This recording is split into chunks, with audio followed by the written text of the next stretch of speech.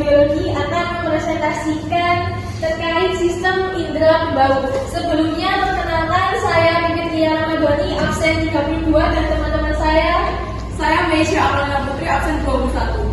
Saya Tinggal Belajar Habibah, absen 2. Saya Muhammad Khalil Turakiantama, absen 22. Saya Muhammad Ahmad Ghazali, absen 20. Saya Muhammad Nurtolis, absen 29. Nah, setelah perkenalan, apa sih sistem indera pembau itu?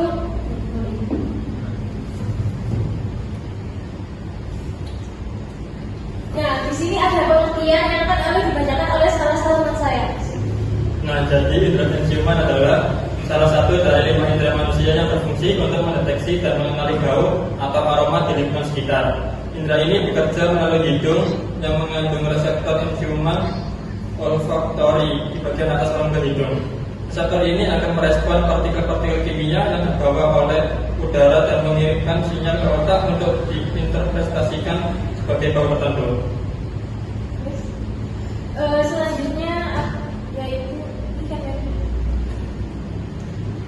Selanjutnya yaitu anatomi hidung.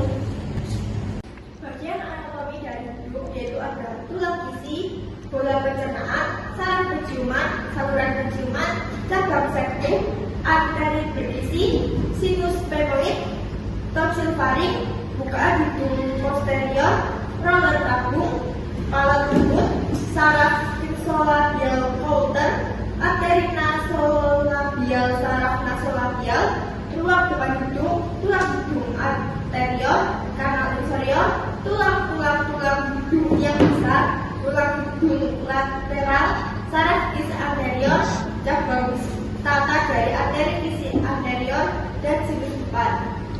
Selanjutnya yaitu fungsi dari anatomi tersebut ya teman-teman. Di sini saya akan membacakan beberapa fungsi dari indera pembau. 1. Sinus frontal mukosa yang berfungsi mengurangi berat tengkorak, membantu menghasilkan resonansi suara serta menghasilkan lendir untuk melembabkan rongga hidung.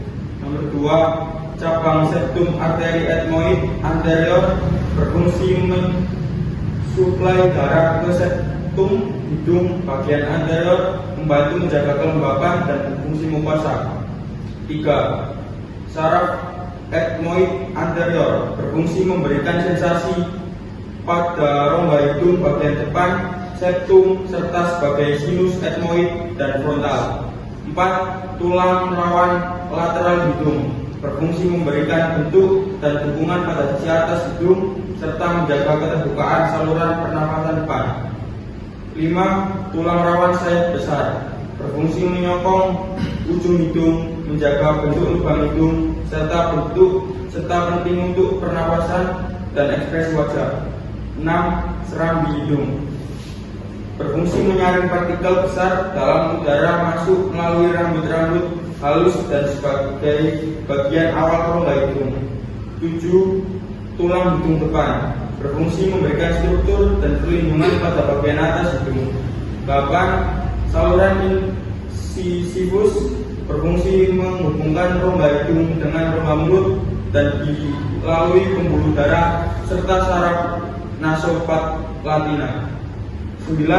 Arteri dan saraf nasolabial berfungsi menyuplai darah dan memberi sensasi pada daerah lipatan antara hidung dan bibir atas. 10. Cabang saraf nasolabial coulter berfungsi memberikan sensasi tambahan pada area sekitar lipatan nasolabial.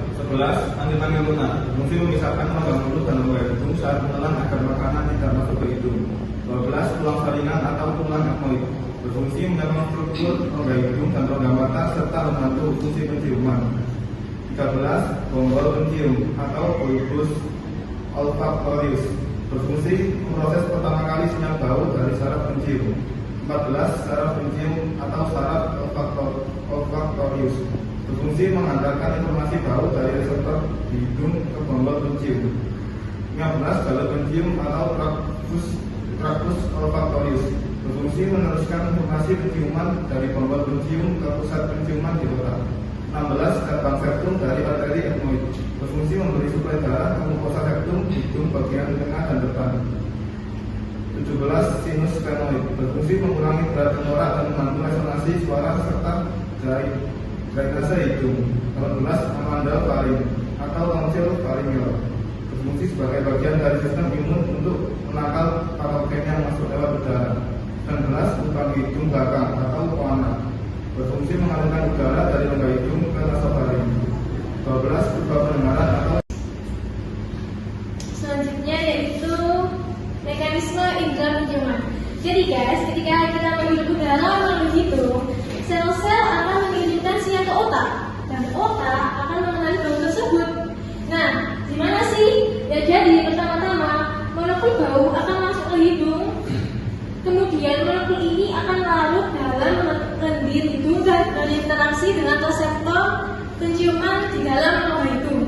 Selanjutnya yaitu reseptor penciuman akan mengirimkan sinyal ke otak melalui saraf penciumannya. Terakhir di sini juga dapat terlihat yaitu interpretasi di otaknya. Ini tuh kayak otak akan memperoleh sinyal yang bikin tadi gitu loh, dan menginterpretasikan sebagai bau tertentu. Jadi kita tuh mengenali bau sedap, enak, harum, dan kayak gitu guys. Selanjutnya yaitu gangguan penyakit terkait sistem indera pembau. Jadi, saya menjelaskan mengenai gangguan indera pembau meliputi ada 4, yaitu yang pertama sinusitis, yaitu radang tulang tengkorak di sekitar hidung yang berisi udara. Gejala penyakit seperti batuk atau pilek. Yang kedua ada hiperosmia, lebih pekat terhadap bau-bauan, seperti kemampuan untuk mengenali bau parfum seseorang sebelum tampak orangnya. Yang ketiga ada hiposmia atau kurang mencium bau, dan anosmia sama sekali tidak bisa mencium bau-bauan. Yang keempat dan terakhir yaitu polip, pembengkakan jaringan yang terjadi di dalam hidung dan mengeluarkan banyak cairan atau lendir. Sekian juga pertanyaan dari kelompok kami. Di sini kami juga akan menjawab pertanyaan dari kelompok 4. Pertanyaan yang pertama yaitu bagaimana proses penciuman yang terjadi di hidung? Jawabannya itu proses penciuman dimulai ketika molekul bau masuk ke hidung dan larut dalam lendir di rongga hidung. Molekul bau ini kemudian merangsang reseptor penciuman olfaktori yang terletak di epitelel olfaktori. Reseptor ini mengubah rangsangan kimia menjadi impuls listrik yang dikirim ke otak melalui saraf olfaktori untuk dikenali sebagai bau tertentu. Yang kedua ada apa yang terjadi jika salah satu bagian anatomi dari sistem indera pendengar rusak atau tidak berfungsi. jika salah satu bagian dari sistem indera pendengar, misalnya telinga luar, tengah, dalam atau saraf pendengaran rusak, maka progres pendengaran akan terganggu. Bisa terjadi gangguan ringan seperti penurunan pendengaran hingga tuli total, tergantung bagian mana yang mengalami kerusakan. Misalnya jika dengan telinga pecah, suara tidak dapat diteruskan dengan baik ke bagian dalam telinga. Dan pertanyaan terakhir yaitu jelaskan jalur saraf yang dilalui informasi bau dari hidung ke otak.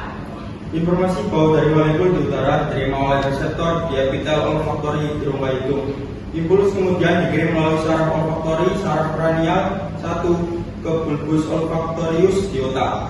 Dari sana sinyal diteruskan ke berbagai bagian otak, termasuk korteks olfaktori di lobus temporal untuk diproses dan dikenali sebagai bau tertentu. Ini ada disclaimer buat pertanyaan yang kedua, yaitu mungkin kayak salah pertanyaan. Terus apa yang terjadi jika salah satu bagian dari anatomi dari sistem pembau rusak atau tidak berfungsi? Jadi ketika kayak salah satunya itu ada yang rusak, kemampuan untuk mencium bau atau mengenali aroma akan terganggu guys. Jadi